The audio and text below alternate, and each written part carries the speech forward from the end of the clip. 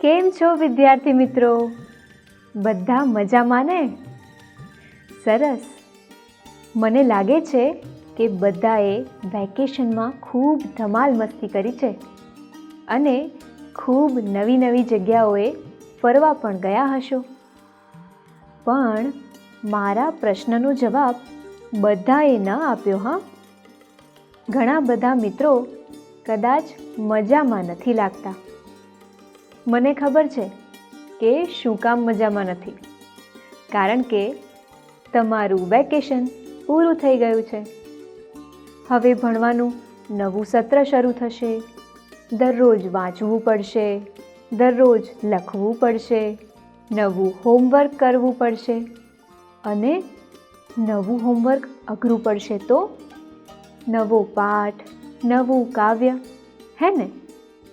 પણ તમે જરા પણ ચિંતા નહીં કરતા. તમારું ગુજરાતી વિષયનું પ્રથમ સત્ર પૂરું થયું ને? બસ આજથી આપણે બીજા સત્રમાં જુદા જુદા એકમોમાં નવી નવી વાતો શીખવાના છીએ. આપણે બીજા સત્રને પણ એવી જ રીતે શીખીશું જેવી રીતે પ્રથમ સત્રને શીખ્યા હતા. તે પણ જ્ઞાન સાથે ગમ્મત કરતાં કરતાં. પણ એ પહેલાં તમને બધાને યાદ છે કે તમે ગયા સત્રમાં કેટલા પાઠ અને કેટલા કાવ્ય શીખ્યા હતા? વેકેશનમાં ભૂલી તો નથી ગયા ને? ચાલો પહેલાં આપણે યાદ કરી લઈએ. જુઓ તો, સૌપ્રથમ આપણે 1. મેળામાં, 2. આજની ઘડી રળિયામણી, 3. પરીક્ષા, 4. બે ખાનાનો પરિગ્રહ, 5. રાનમાં, 6. ભીખું, 7. જીવન પાથેય, 8. માલમ હલેસા માર, 9. બાનો વાડો, 10. વલયની અવકાશી સફર. તો યાદ આવી ગયું ને? ગયા સત્રમાં આપણે પહેલા પાઠમાં ચિત્રપાદ દ્વારા મેળાની સમજ મેળવી હતી. તે પછી શ્રી કૃષ્ણ ભગવાન માટેનું એક સુંદર ગીત આજની ઘડી રળિયામણી શીખ્યા હતા. તે પછી પરીક્ષા એટલે કે મહાદેવ, તેના મિત્રો અને પેલી હરાઈ ગાયની વાતનો પાઠ ભણ્યા હતા. યાદ આવ્યો ને? તે પછી ગાંધીજી અને મનુબહેનના ટ્રેનના પ્રવાસવાળો પ્રસંગ એટલે કયો પાઠ? બે ખાનાનો પરિગ્રહ વિશે શીખ્યા હતા. 5મું કાવ્ય હતું રાનમાં. બધાને યાદ છે ને? હા, ધીમે ધીમે યાદ આવે છે. આજે ગાજે છે જ્યાં રાનમાં. અને એક ગરીબ છોકરાની તથા તેના નાના ભાઈ બાંડુ માટેની વાત આપણે કયા પાઠમાં શીખ્યા? સાચી વાત, ભીખુ પાઠમાં.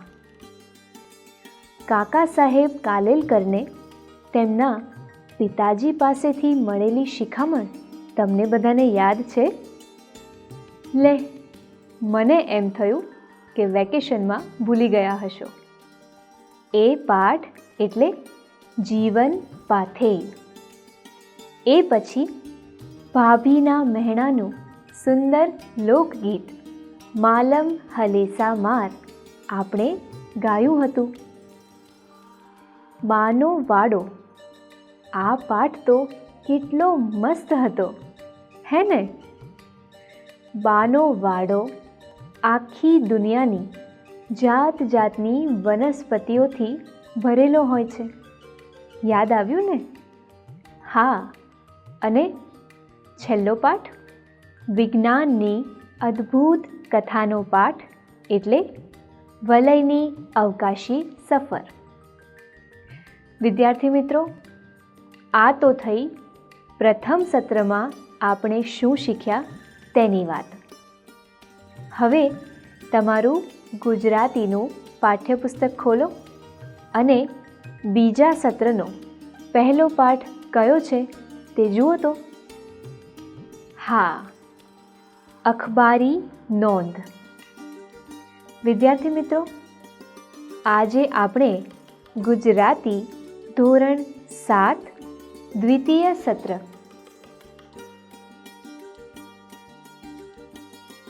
એકમ 10 અખબારી નોંધ વિશે શીખીશું. સૌપ્રથમ આપણે આજના અંકમાં પ્રથમ સત્રમાં શું શીખ્યા હતા તેના વિશેની વાત કરી, બરાબર ને?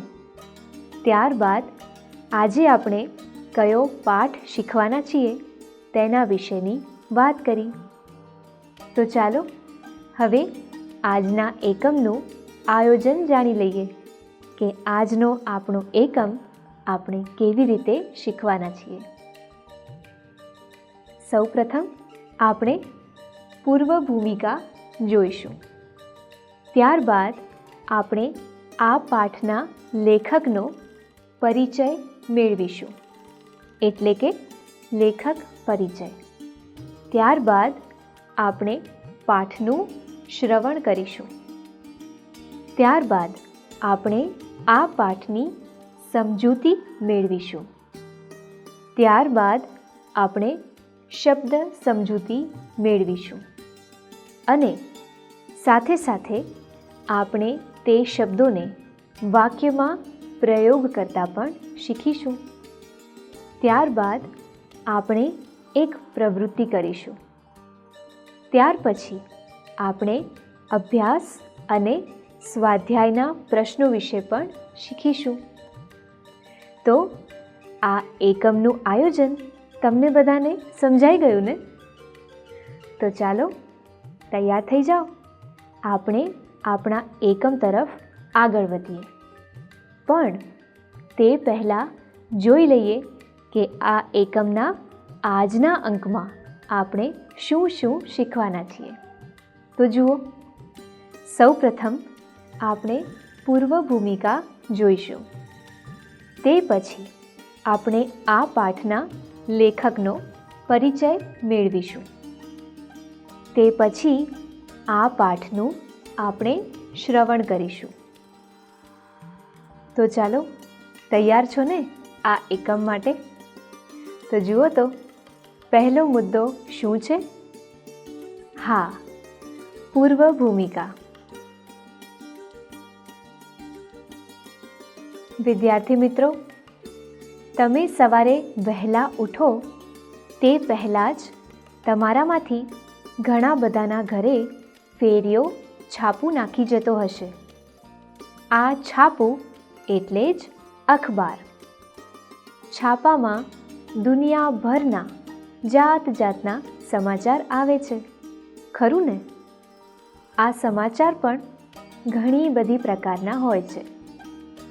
રાજકારણના, રમતના, પાણીના, દેશ વિદેશના, જન્મ કે મરણના, શિક્ષણના, ચોરીના અને આના જેવા તો કેટલી પ્રકારના સમાચાર આવે છે.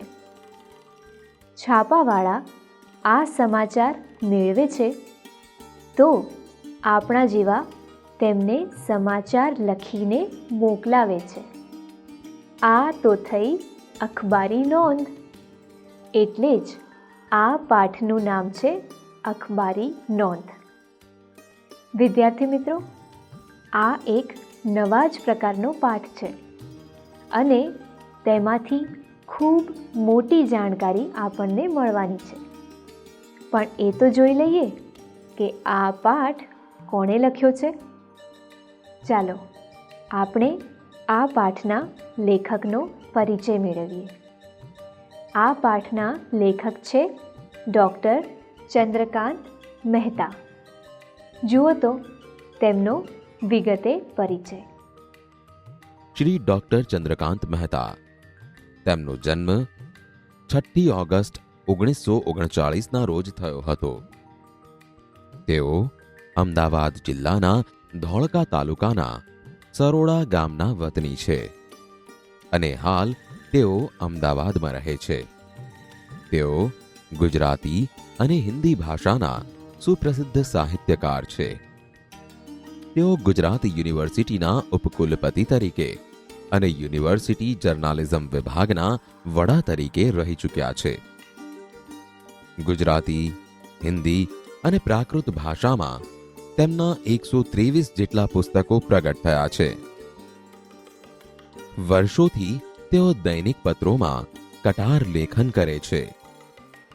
બાળ દોસ્તો, અખબારી નોંધ એ પાઠમાં લેખકે પ્રેસ નોટ વિશે સરળ ભાષામાં માહિતી આપીને એમાં આવતા કેટલાક સમાચારલક્ષી લેખના જરૂરી નમૂના રજૂ કર્યા છે. જોયું ને વિદ્યાર્થી મિત્રો, આપણા આ પાઠના લેખકે તો કેટલા બધા પુસ્તકો પણ લખ્યા છે. વિદ્યાર્થી મિત્રો, લેખક પરિચયમાં એક શબ્દ આવ્યો, કટાર લેખક. આ કટાર લેખક એટલે શું? કટાર લેખક એટલે છાપામાં નિયમિત રીતે એક જ શીર્ષક નીચે સતત લેખ લખવા.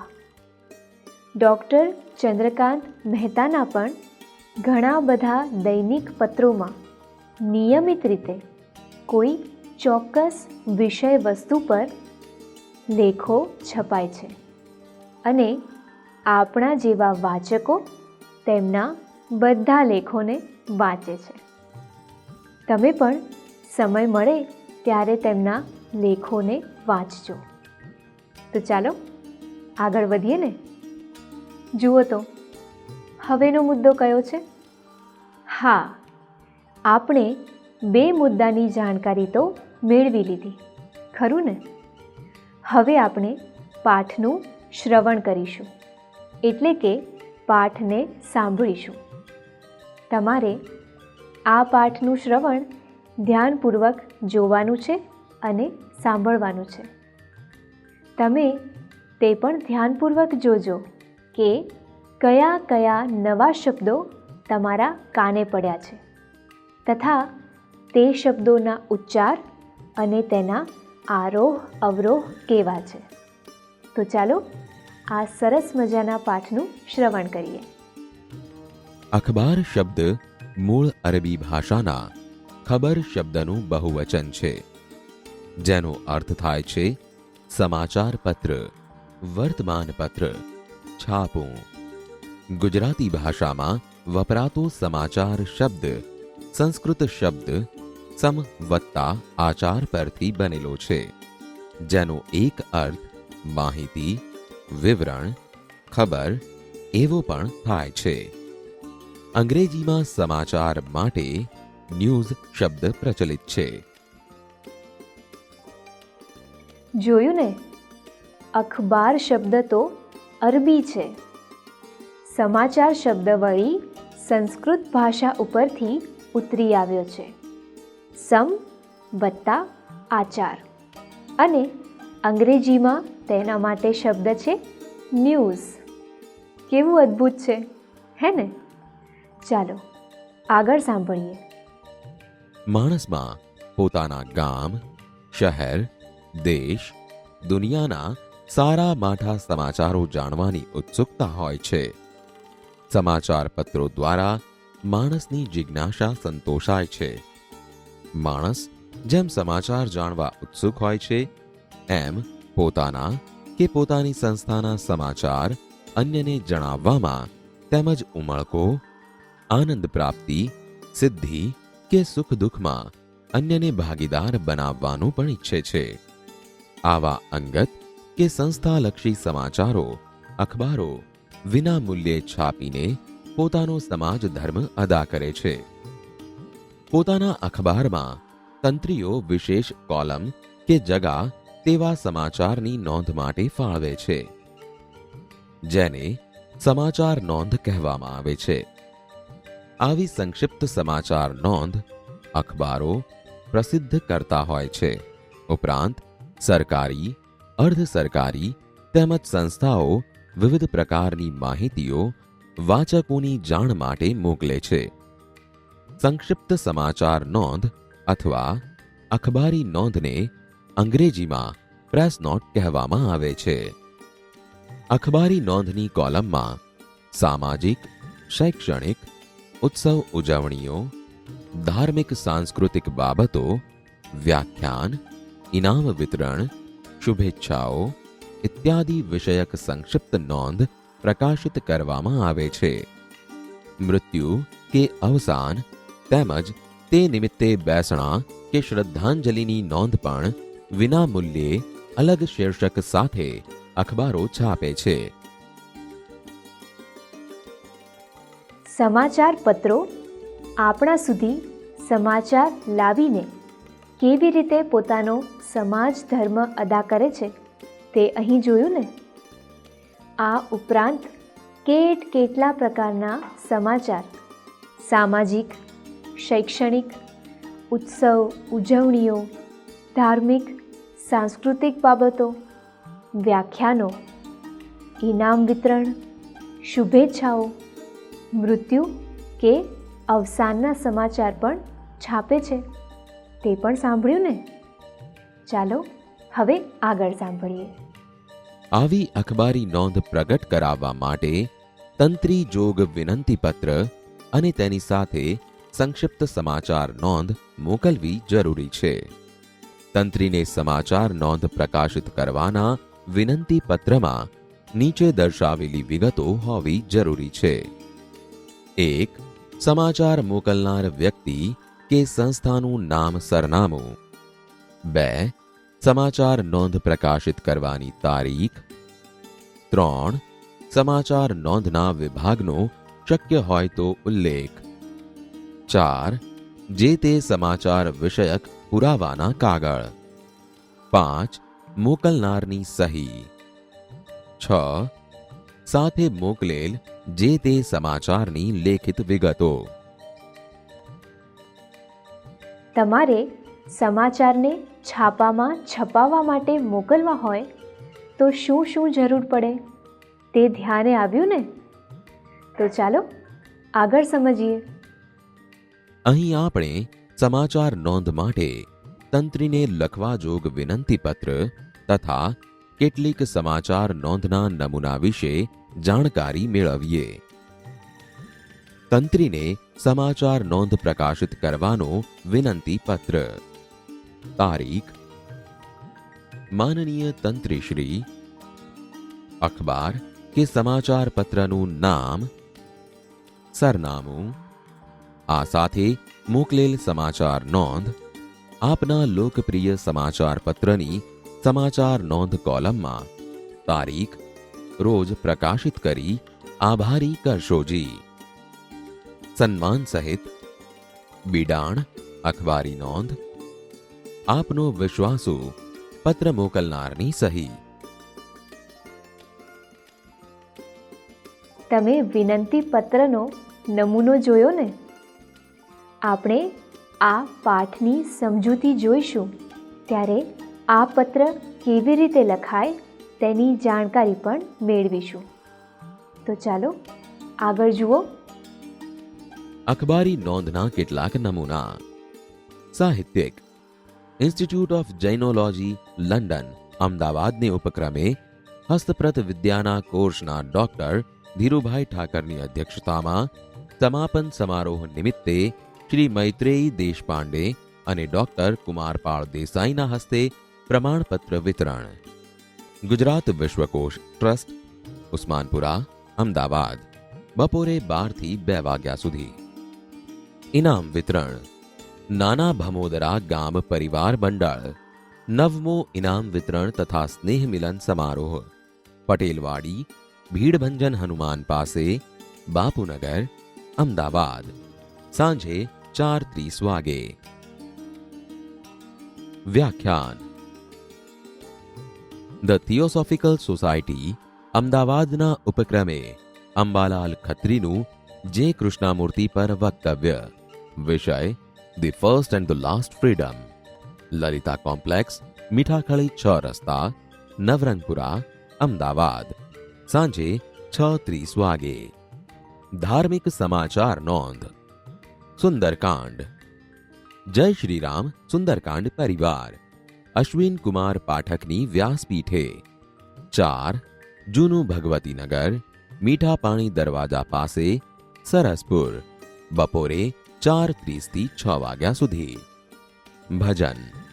શ્રી પુનિત પ્રેરણા સત્સંગ મંડળ, ભરતભાઈ શાહનો ભજન કાર્યક્રમ. નટુ મામાનું ડહેલું, પોલીસ ચોકીની બાજુમાં, ઘી કાંટા, અમદાવાદ, બપોરે 3 થી 6 વાગ્યા સુધી. અવસાન નોંધ, મૃત્યુ નોંધ અથવા બેસણું. સ્વર્ગસ્થ નીતિનકુમાર રમણલાલ પંડ્યાનું બેસણું સવારે 8:30 થી 10:30, 40 ગંગામૈયા સોસાયટી, ખોખરા, મહેમદાવાદ.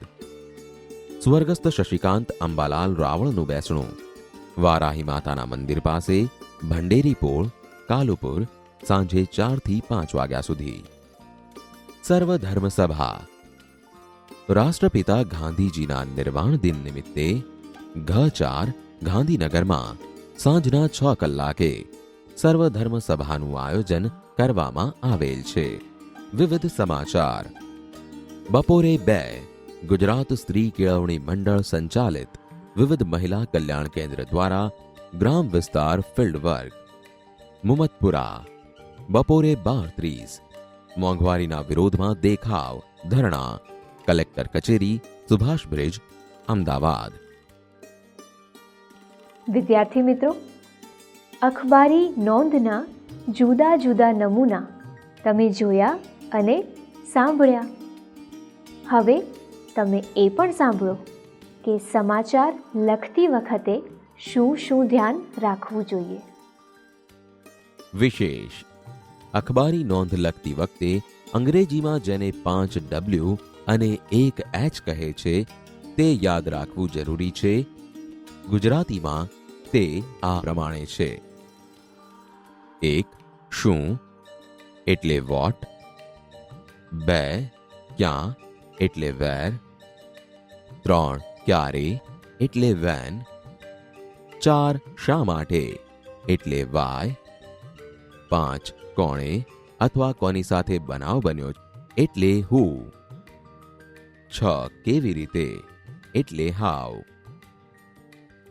અખબારી યાદી, પ્રેસ નોટ. સરકારી કે અર્ધ સરકારી તેમજ વિવિધ સંસ્થાઓ અનેક પ્રકારની માહિતી વાચકોની જાણ માટે અખબાર કે સમાચાર પત્રોના માધ્યમથી પ્રકાશિત કરવા માટે મોકલે છે. તેને અખબારી યાદી કહેવામાં આવે છે. આવી યાદી કે નોંધો વધારા ઘટાડા સાથે રિપોર્ટર કે સંપાદક મથાળા આપીને પ્રકાશિત કરે છે. અહીં તેનો નમૂનો આપવામાં આવ્યો છે. મિત્રો, તમે જે બાબતો સાંભળી છે તેની વિસ્તૃત સમજ આપણે આવતા અંકમાં જોવાના અને શીખવાના છીએ. આ અંકમાં હવે અહીંથી અટકવું પડશે, પણ એ પહેલાં મને કોણ કહેશે કે આજે આપણે શું શું શીખ્યા? બોલો. હા, આજે આપણે આ પાઠના શીર્ષક અખબારી નોંધ વિશેની પૂર્વ ભૂમિકા સમજ્યા, જેમાં અખબાર શબ્દ મૂળ અરબી ભાષાના ખબર શબ્દનું બહુવચન છે. ગુજરાતી ભાષામાં વપરાતો સમાચાર શબ્દ મૂળ સંસ્કૃત શબ્દનો બનેલો છે. અખબારી નોંધને અંગ્રેજીમાં પ્રેસ નોટ તરીકે આપણે ઓળખીએ છીએ અને અખબાર માટે અંગ્રેજીમાં ન્યૂઝ શબ્દ છે. તે પછી આ પાઠના લેખકનો પરિચય મેળવ્યો હતો. ડૉક્ટર ચંદ્રકાંત મહેતા અમદાવાદ જિલ્લાના ધોળકા પાસેના સરોડા ગામના વતની છે અને હાલ તેઓ અમદાવાદમાં જ રહે છે. તેઓ ગુજરાતી અને હિન્દી ભાષાના સુપ્રસિદ્ધ સાહિત્યકાર પણ છે. તેમણે 123 જેટલા પુસ્તકો પણ લખ્યા છે. અને હા, બીજી વાત, તેઓ એક કટાર લેખક પણ છે. આ બધી બાબતોની આપણે જાણકારી મેળવી. અને એ પછી યાદ છે ને તમે શું કર્યું હતું? હા, આપણે આ પાઠનું શ્રવણ કર્યું હતું, એટલે કે પાઠના વાંચનને સાંભળ્યું હતું. આ અખબારી નોંધ પાઠમાં આપણે તંત્રીને સમાચાર નોંધ પ્રકાશિત કરવાનો વિનંતી પત્ર કેવી રીતે લખવો, ત્યારબાદ આપણો સાહિત્યિક, ઇનામ વિતરણ, વ્યાખ્યાન, ધાર્મિક, સમાચાર નોંધ, અવસાન નોંધ, સર્વધર્મ સભા, વિવિધ સમાચાર અને વિશેષ અખબારી નોંધ એટલે કે પ્રેસ નોટ વિશે આગળ આ પાઠમાં આપણે શ્રવણ કર્યું હતું. વિદ્યાર્થી મિત્રો, હવે આપણે આવતા અંકમાં મળીશું. તમારે આપણે આજે જે પાઠનું શ્રવણ કર્યું છે તે પાઠને ખૂબ જ ધ્યાનપૂર્વક વાંચી લાવવાનો છે. અને હા, તમારે બધાએ તમારા ઘરેથી કે આડોશ પાડોશમાંથી એકાદું વર્તમાનપત્ર એટલે કે છાપું પણ લઈ આવવાનું છે. લાવશો ને? જોજો ભૂલાય નહીં. પણ હા, છૂટા પડતા પહેલાં એ પણ જાણી લઈએ કે આવતા અંકમાં આપણે શું પ્રવૃત્તિઓ કરવાના છીએ.